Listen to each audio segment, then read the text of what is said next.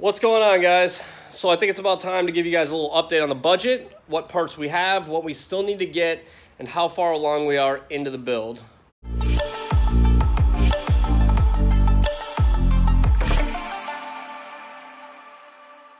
So one of the first things I decided to order, it wasn't really needed, but it's always a good idea to protect your investments. So I ordered up an alarm for it. I got this on eBay. It's like 25 bucks. I've used Avidal alarms before. I had one in my 82 Supra and it worked great. It's got remote key fob and all that stuff, and they're super easy to wire up. And you know, for like the $25, $30, whatever it was shipped, it's definitely worth it. Now, one thing that I was super surprised about, finding an NA2J flywheel. Everybody seems to want like $150 for their used NA2J flywheel. That seemed like the number everybody kept coming up with was like 100 bucks, 150 bucks, something like that. You can get them brand new on eBay for $111, or you could get a lighter one for, you know, $200, $250, something like that. But this is one of those things for budget build. Do the research. So I spent some time digging up, you know, different part numbers for SC300 manual transmissions, IS300 manual transmissions, Mark IV Super manual transmissions. And the flywheel I ended up finding, I bought it brand new off Rock Auto for $65. And there it is. It's a little bit dirty. I did test fit the clutch on it. I wanted to make sure it did fit, and it is the right bolt pattern, and it's gonna work fine.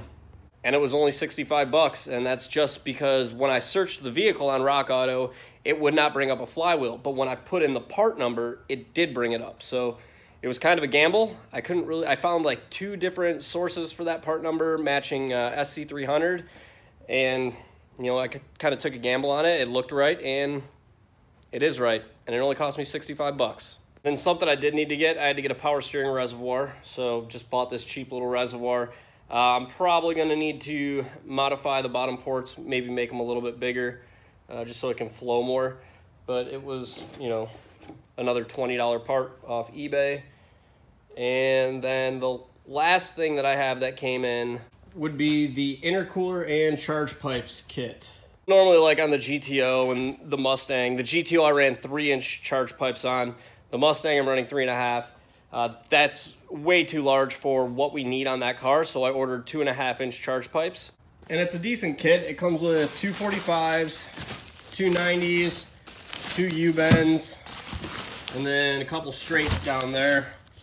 And then we got some clamps and couplers, which I don't know if I'm actually going to use those couplers.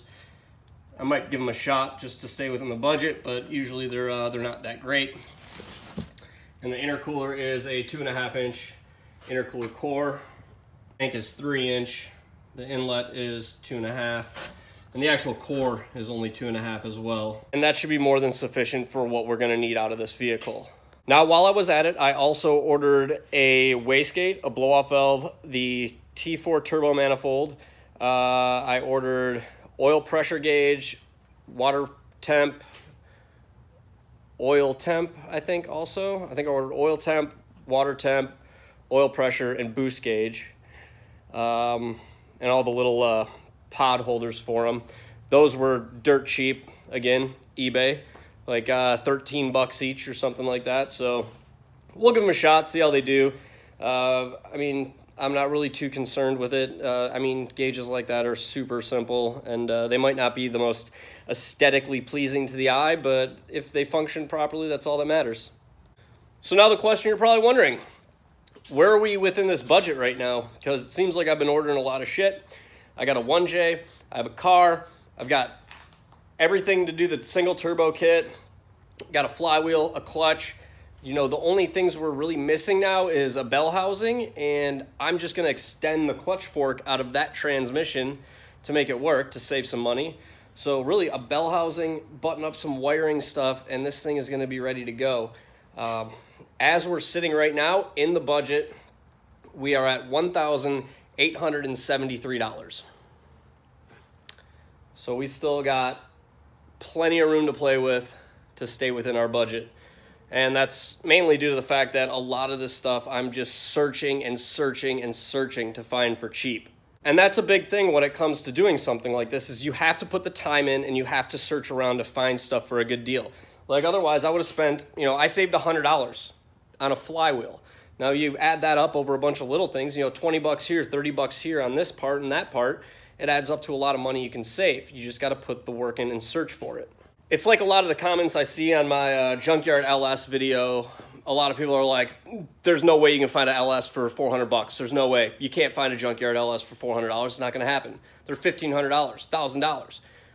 Go to carpart.com, type in 2003 Silverado, select 5.3 liter, and you will have 7 or 8 of them pop up at that price. You just got to know the right places to search for stuff. So like finding a bell housing. If I went on there and searched around, nobody wants to part a bell housing off of a W58 though. Granted, you can get one of those transmissions complete for like $300 on there. Anyways, I'm rambling on about nonsense now that doesn't matter with the build. I just wanted to give you guys a quick little update on parts, prices, where we're standing in the budget.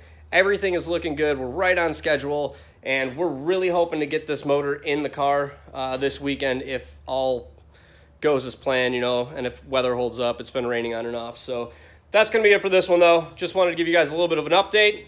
Like the video if you liked it. Subscribe to the channel if you're new to follow the build along, and I will catch you guys later.